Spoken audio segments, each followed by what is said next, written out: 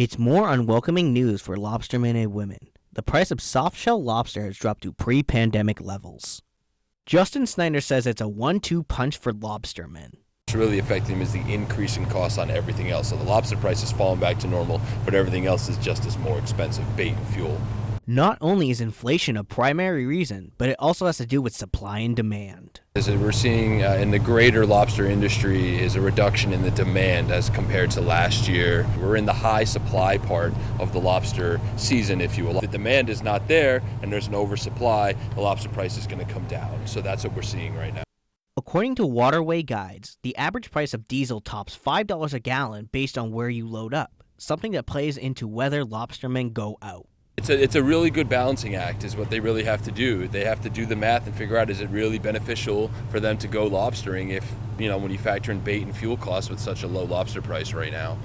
Besides the drop in price, factors like the Chinese not buying as much lobster also factors into the lower lobster prices. But as Snyder says, it's just part of the industry. Year's definitely different, in the lobster industry. Last year we were dealing with, high demand, a very high boat price.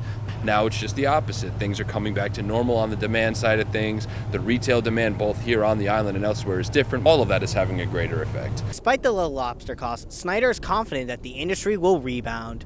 Reporting from Southwest Harbor, Matthew Juronsik, ABC7 and Fox 22.